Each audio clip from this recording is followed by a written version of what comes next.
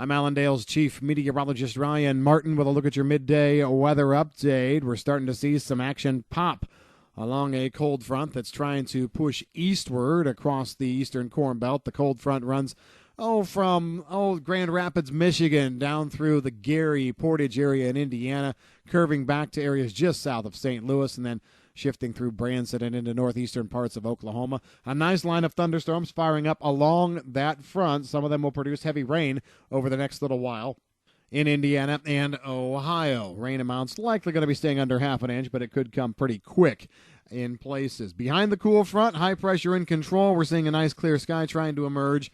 We're watching another front off to the north and west coming through the northern plains. Doesn't have much action with it, but up in Canada, there's a cool air mass that looks like it wants to come diving in across the country later this week and into the weekend.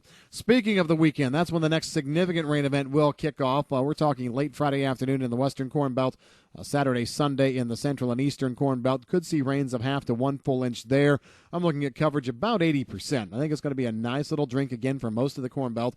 This is going to be initiating back in the central plains as soon as later today. Got a low that still just sits near Clovis, New Mexico. That's going to be lifting out and probably triggering showers and storms in wheat areas there. But the moisture across the Corn Belt looks to have good coverage. The front that brings it, once it clears, will likely bring cooler air in. Looking at temperatures over the Corn Belt, probably in the 60s on Sunday, bouncing a little bit on Monday. Going farther north into the northern plains, temperatures in the mid to lower 60s. Overnight lows down in the lower 40s. Some models are saying 30s. I guess I'm not going to go there just yet, but we are looking at another push of cool air here as we get ready to finish out the month and to start off June. Speaking of June, the first full week of June looks like it's going to be more of a hit-and-miss deal across the country as a whole. I think the Central Plains will put together at least 4, 5, maybe 6 days of dry day, back-to-back.